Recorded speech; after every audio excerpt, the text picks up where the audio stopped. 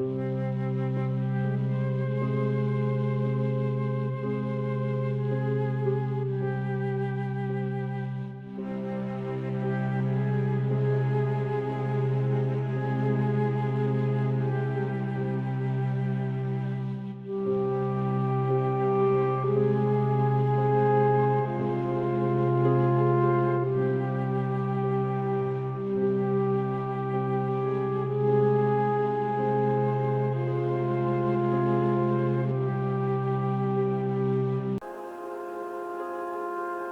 y a assez de preuves pour...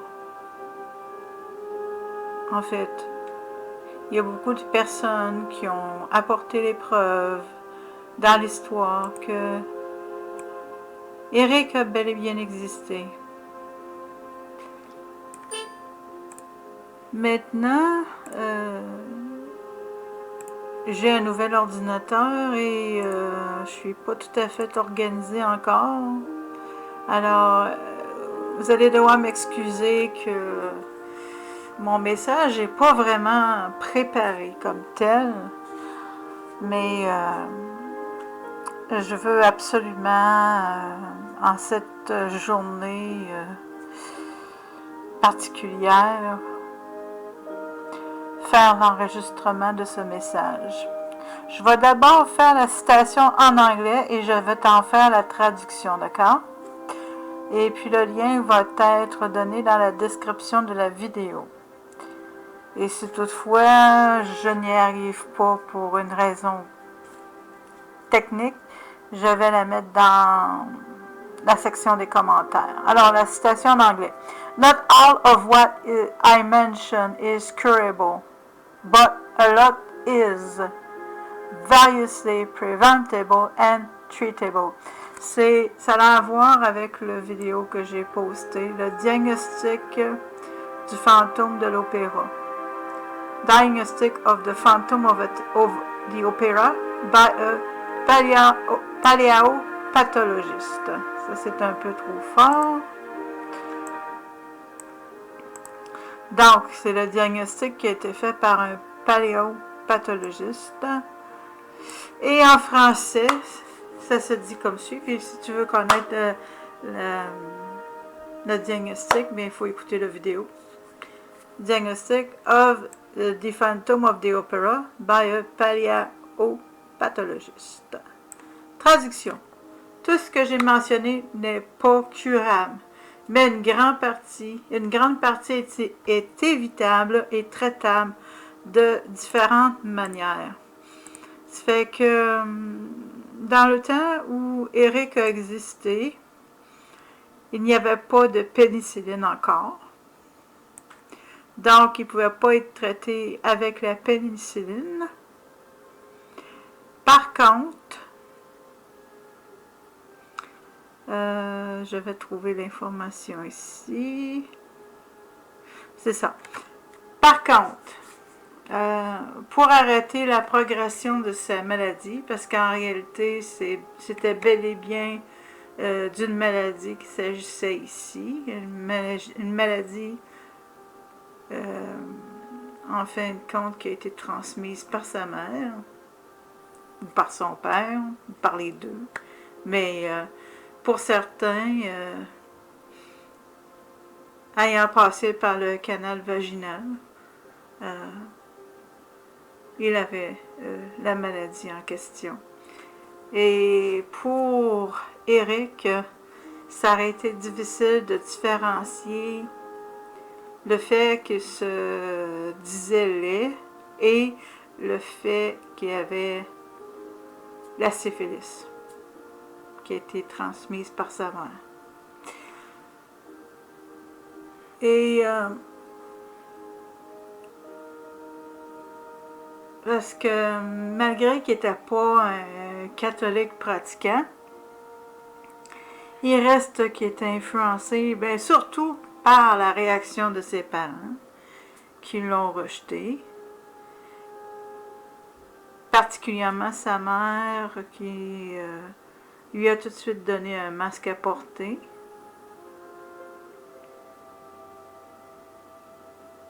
On comprend que la syphilis à l'époque, c'était vu comme une honte. Mais malheureusement, c'est l'enfant qui en a porté le poids. Donc, en tant que psychothérapeute, je dirais que ça n'aurait pas été facile de faire comprendre à Eric, de faire se distancer par rapport à son trauma. Mais c'est ce qu'il aurait fallu faire, dans un premier temps, de lui faire comprendre que il n'était pas né. N'importe qui a cette maladie qui n'est pas traitée va être affecté et infecté. Donc, ça fait qu'à l'époque, comme je disais, il n'y avait pas encore la pénicilline. Mais ce que l'on pouvait faire, et la source vient de webmd.com. Et puis, encore une fois, je vais mettre le lien soit dans la description de la vidéo, si j'en suis capable, ou soit dans les commentaires. Et c'est ça. WebMD.com parle de potassium iodide oral. C'est que, en fin de compte, Eric, après avoir compris que c'était juste un état de santé, un problème de santé, et que sa santé se détériorait, le potassium iodine n'aurait pas ce que ça aurait pu faire, comme le paléontologiste en a parlé, et je suis d'accord avec lui, parce que je trouve que c'est très logique. Donc, la syphilis avec le potassium iodine, ça n'aurait pas... Tout ce que j'ai mentionné n'est pas curable. Donc, mais une grande partie est évitable et traitable de diverses manières. Donc, ça aurait été la première étape pour aider Eric, c'est d'avoir pris du potassium iodine. Encore une fois, je réfère au web, un petit peu, je l'ai ici. Je réfère à un site médical qui est webmd.com. Ça fait que ça aurait, en fin de compte, non pas réparer le mal qui a été fait, mais arrêter la progression de la maladie, de son... Parce qu'on va laisser ça de même pour le moment. Et par la suite, parce que cette maladie-là, pas traitée, ça peut aller jusqu'à la destruction du cerveau. Donc, effectivement, on veut cesser la progression. Pas juste pour des raisons esthétiques. Mais par la suite, ce qui aurait pu être fait par la suite, que ça aurait été... Ah oui, on parle aussi, moi je parlerais aussi de vitamine D, compte tenu qu'il vivait toujours dans le bas de l'opéra, dans le bas de l'édifice de l'opéra à Paris. Il aurait fallu que, compte tenu qu'il n'était pas exposé à la vitamine D, qu'il n'était pas exposé au soleil, il aurait fallu vraiment qu'il se supplémente de vitamine D, bien évidemment. Aussi, il aurait fallu qu'on s'assure de son alimentation, sa diète, qu'elle soit vraiment excellente pour pouvoir l'aider. Et puis, petit détail aussi, le miel, c'est excellent. Mais l'iode, c'est encore plus puissant, l'iode, que le miel pour régler un tel problème, compte tenu qu'il n'y avait pas de pénicilline. Ça fait que c'est pour ça que je l'ai appelé le beau Eric, parce que dans le fond, c'était la maladie qui l'a déformé et non. Et puis il y avait tout l'aspect aussi là il prenait ça tellement. C'est tellement. Il a tellement été maltraité par rapport à sa maladie que il prenait ça très personnel.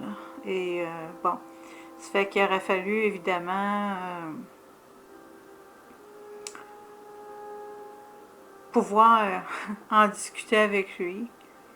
Mais si toutefois il avait compris qu'il avait pris qu'il aurait pris un recul, ben à ce moment-là, il aurait pu être aidé. Puis par la suite, bien, il y a des crèmes efficaces pour renouveler les cellules. Je ne sais pas, à l'époque, j'ai pas vérifié. Parce que d'abord et avant tout, il aurait fallu arrêter l'évolution de sa maladie. Mais je crois aussi que, en fait, une crème qui renouvelle, qui aide à renouveler les cellules. C'est de la même façon que les femmes prennent des crèmes pour, en fin de compte, atténuer les rides et les marques de vieillissement. De la même façon, il y aurait eu possibilité par la suite d'utiliser des crèmes pour aider à... Parce que les cellules se renouvellent toujours. À tous les 7 ans, on change de peau, comme on pourrait dire, oui, effectivement. À chaque 7 ans, on a un renouvellement de notre peau. Donc, ça aurait pu... Ça aurait peut-être... Je comprends que ça n'aurait pas été un traitement parfait, là, comme à chirurgie esthétique, là, comme aujourd'hui. Mais au moins, ça lui aurait donné une seconde chance. Et personnellement, je crois, et j'ai fait une vidéo là-dessus, qui s'intitule « Bouge pas ».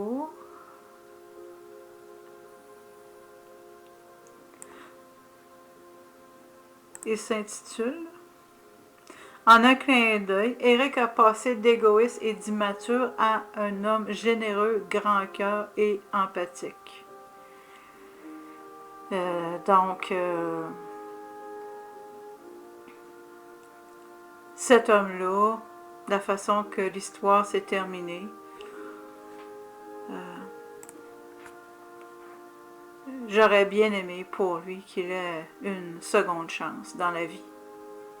Et ce qui m'attriste le plus, c'est que ça aurait été possible. Parce que, bien évidemment, que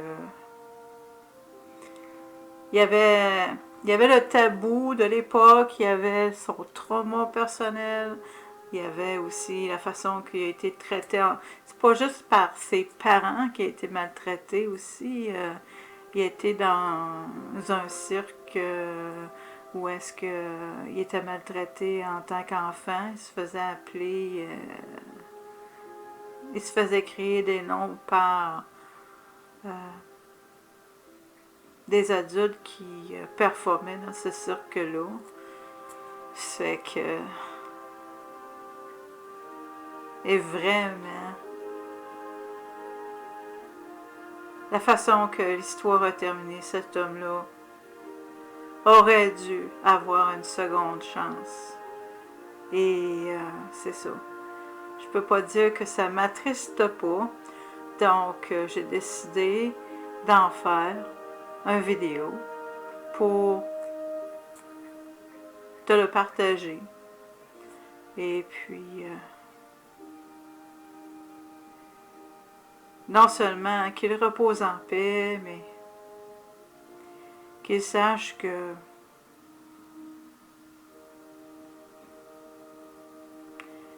qu'il sache que tout n'est pas perdu, puisqu'il est un être éternel. En te remerciant de ton écoute. Si j'ai oublié quelque chose, parce que j'ai des problèmes là, avec mon ordinateur, là, puis je suis en train de faire la transition, ben à ce moment-là, je ferai un second vidéo si j'ai oublié certains aspects.